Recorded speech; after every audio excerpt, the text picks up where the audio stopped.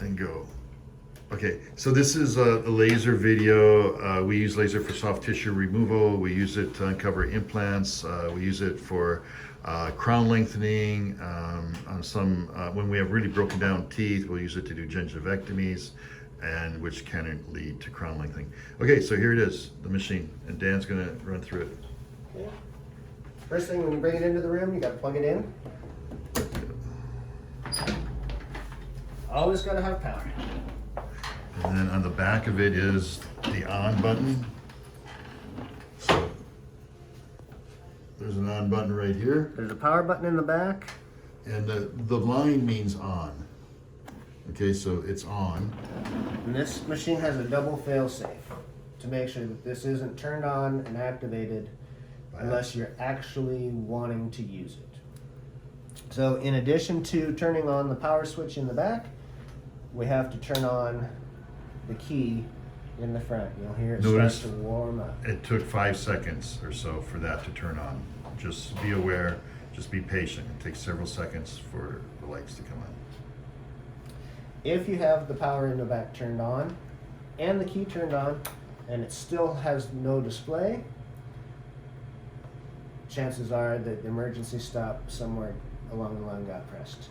To undo it, little quarter turn in the direction of the arrows, it'll come right back on. When doctor is ready to actually use the laser, he'll push the ready button. That'll give him the check mark saying that the laser is armed and ready to use. The pieces you'll want to have available, we need to have the activation pedal where doctor can reach it. It's cordless, so it runs by Bluetooth, so there's no cord. And we'll have safety glasses. For patient assistant and doctor, or just doctor? Or Patient assistant and doctor. One of our pairs right now is broken. I am working on fixing that. So in that case, you can have the patient close their eyes And But wear the their two people- sunglasses. and still wear their sunglasses. But the two people who are looking in the mouth at the laser should be wearing the specific laser. Sometimes it's really bright. Most of the time it's not. Sometimes out of nowhere it has the brightest light ever. It's kind of like a welder. In order to prepare the laser diode, this plastic tip gets changed out between each patient. So you can just slide the tip right over your laser fiber. And then to adjust how much laser fiber is showing in front of your tip, you loosen this screw at the bottom, Just like half a turn. and Now it gets longer. it will adjust how long And how your much fiber is. should be showing. Maybe 3/4 of an inch to an inch. Mhm. And then at the very tip, you want a quarter. This here, we have to cut. And you just want a 1/4 to 1/2 inch cut. There's a cutter. So Dan's the- got it in his hand. The inside portion breaks very easily. You can take off the previous black tip from the previous patient, and you'll use your cutter to cut away the sheath around that inside portion.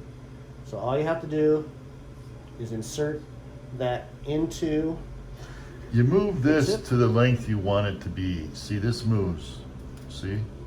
It moves. So move it to about the same amount, or about like that much. Okay. Squeeze both sides together and pull firmly. Now you'll see there's more exposed tip. But you can also see that it pulled the main fiber out, so you can back that up, And tighten that bottom screw. tighten that screw. Now this is set up, ready for use. You can test it on a piece of articulating paper. So, guys, you don't have to test it, but you can if you have some reason to think it's not going to work. You can test it. We've had dental assistants who think you have to, and you don't. We would test it on cork wine bottles. Yeah, And then wine corks. I'd like testing it on my finger. So yeah, when you saw me run it across there, it lit up. That means the laser is functioning properly. And then you have this button on top, which is Retract and extend. So if you have the fiber pulled all the way back here, there's no way doctor can use this in your patient's mouth. So it needs to be extended out. just long enough to get to the patient's mouth. Far enough to use in the patient's mouth. Yep, that's a long ways. And then when you put it back in, you see it ravels like a hose, and so you kind of have to give the handle the freedom to turn. Otherwise, it just gets caught up. It has to be able to twist in your hand as it's retracting and extending. And then you always want to keep it on the holster so it's not dragging on the ground. Turn the ready off, and then turn the key off. Then you can secure it with the key. Then we unplug it and put the glasses and the foot pedal back in the drawer. So you're gonna use this for like a gingivectomy and what else? Yeah, gingivectomy, removing gums. And that situation happens a lot with broken teeth. The gums will grow into the space where the tooth is, right? Okay. So we cut it down. We use it for crown lengthening. It's the same situation. It won't cut the bone, but it'll clear the tissue.